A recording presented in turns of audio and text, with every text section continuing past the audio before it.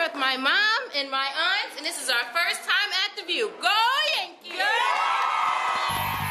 It's Wednesday, November 4th. Coming up live on The View, they're the hottest topics in the headlines. From whether Obama campaigning for the candidates caused them to lose, to which food Jeremy Piven says gave him man boobs. And you won't believe which dynamic duo is hosting the Oscars this year.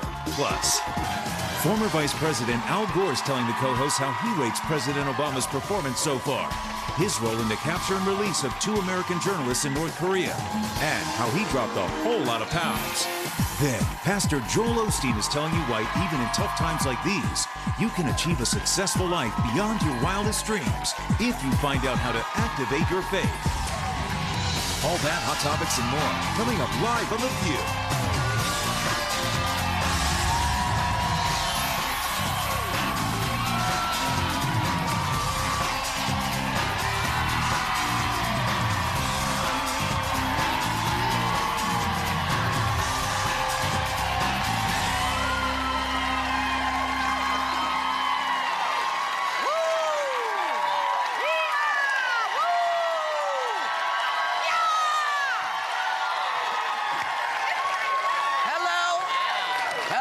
Welcome to The View. Hey, judging from this, we won. Yes, this we won the election. We won. Yes, we did. We won an applause. Yes, we did. We did. Hello, I'm back like bad gas. I've returned. Now, yesterday, you heard that. Oh, good. Yesterday was election day, and there's so many stories. It's not even funny. Today is whether President Obama campaigning for candidates in New Jersey and Virginia worked against the Democrats who were running for governor. Both John Corzine and Creed Deeds were defeated. So were they defeated because the president came and campaigned for them? Were they defeated because people are just pissed off that stuff is, like, rough right now? The exit polls are saying that they didn't really have that much to do with Obama because 57% of New Jersey people still support Obama. They're just worried about the economy and high taxes and stuff like that. And the same in Virginia, but it was less than 57. It was like 47, maybe. No, they had what I think was a 51% disapproval rate of the president, but exit polls, again, show that it didn't necessarily affect their local vote. There is a saying that's true, which is, for the most part, we're not talking about elections for president. Politics is local. Yeah. And it really what happens in your own state. I mean, this is in New Jersey and Virginia. This was a big race. In most of the country, there were not these kinds of races. But again, it seemed to be mostly local issues. And it doesn't say anything sweeping, although the Republicans are saying, aha, this shows that the Republican Party has found its soul. The Republican Party, it looks like, from other races, doesn't know what its soul is. Well, they got a little thinking to do to find out what is it? They do. I will agree with that. Sherry, you were getting No, I was just going to say, it just makes me wonder if some people... We agree? In part. Okay. Not completely. But we'll get to that. All right, and then we'll use a hand sanitizer. That's great. Okay.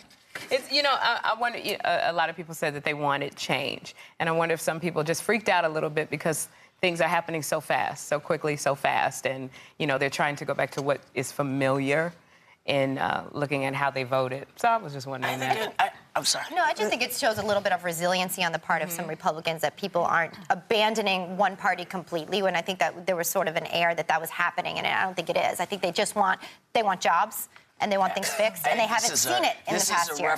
I think this is a referendum on both parties. I think people are sick to death of politics. There are certain things that everybody wants. They want, and I know in Jersey, they want those house taxes. What do you call them? Real estate taxes. Real estate taxes. Property taxes are insane. It's local. These are local. Yes, but we're seeing this all over, where people's taxes their property taxes have skyrocketed. If they've managed to hold on to their houses, they can barely pay the bloody taxes. Well, someone on the staff was talking about how her husband had just come back from France, and he traveled from France to Germany on a bullet train. And if you've ever been on a train in Europe, it's fantastic. It's fast. It's quiet. It gets you there. They have great food.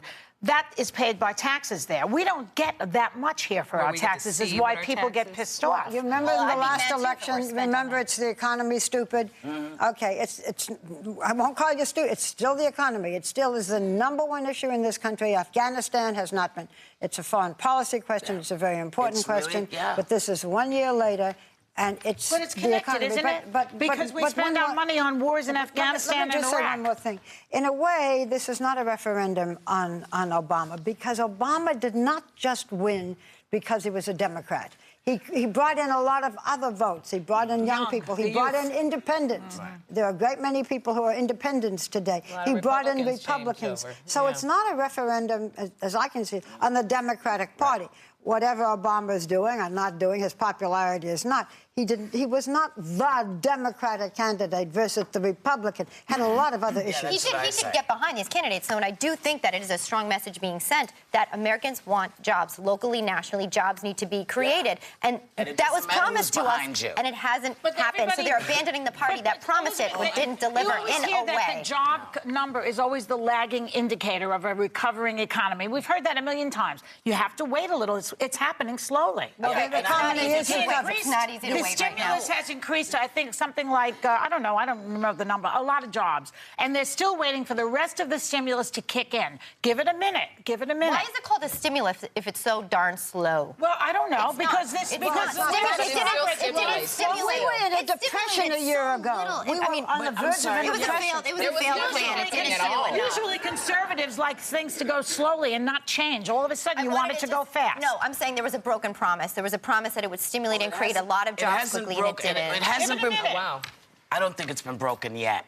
Is it slow? Yeah, it's slow recovery. That's the way it is. Is there a lot on the plates, on all of our plates, not just the president. I mean, we're waiting, for a lot of different stuff to happen. But I want to change the direction of this a little bit, because during the campaign for governor of New Jersey, John Corzine ran an attack that claimed that Chris Christie was, quote, throwing his weight around to get out of parking tickets. Now, we all can see what this is. This is it's a little bit of a shot at Chris Christie and his weight. Right. Do you think that that's the way to go? Because I know a lot of times we see these, but do they ever work? Maybe it's me, but I don't think he's that fat. No, that's not true. He's very big. No, that's so not true. You look at him, I mean, that concerned me looking at his weight, but I mean, it just leaves a bad taste in my mouth, all the negative ads. And his too, from all the food he's eating. But no one in the exit polls. But nobody in the exit polls. So, I mean, it's something to look at, but nobody in the exit polls. I can't say nobody. I didn't look at every exit poll. Oh, I'll read all the exit polls while you're eating. Nobody said that this was a factor. We've always had negative ads. It's the same kind of thing in a way that we're talking about in New York, where Michael Bloomberg won an unprecedented third term and spent more money than anybody else did. $100 million. Of his own money. His own money. Wow. Now, some people say, I mean, he won, and he's been a wonderful mayor. Okay, and some people say what was not good, because he didn't win by as huge a margin as he might have hoped. But you got to really want to be mayor to spend all your money. Yeah, but did the fact that he spent so much money, did that leave a taste? That's not a question that I'm raising. It's a question that's been raised. That's what left a taste in people's mouth. I think everybody knew he was a millionaire, a billionaire when he got a bazillionaire. I made up my own number, because there's no way to count those zeros. But I don't think that's what it was. I think people were really, really annoyed by the fact that he sort of jumped over term limits after saying very clearly that he really believed in them. And I'm torn, because I think he has been a great mayor. But I tell you, I just think sometimes people need to take a minute and really, if you believe that you can do something and you're going to spend $100 million, you don't have to sort of look like you're strong-arming. And I think that's what narrowed that. He's got 4 more years of trying to turn things around. I ran into him at a party, Michael Bloomberg, recently, and I said to him, "You're a shoo-in." And he said, "No, not necessarily if people don't go to the polls, because they think I'm a shoo-in." So that could have had an impact. Candidates sometimes. Is that people actually voted in New York City? I said, just clap. How many people at this table voted? Okay.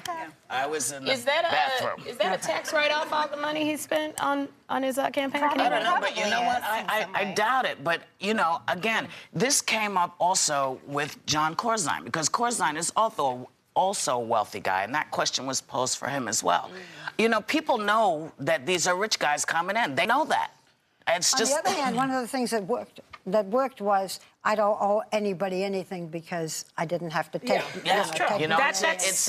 It's a double-edged sword they walk very carefully, Except just that like only us. rich people can run for office these days.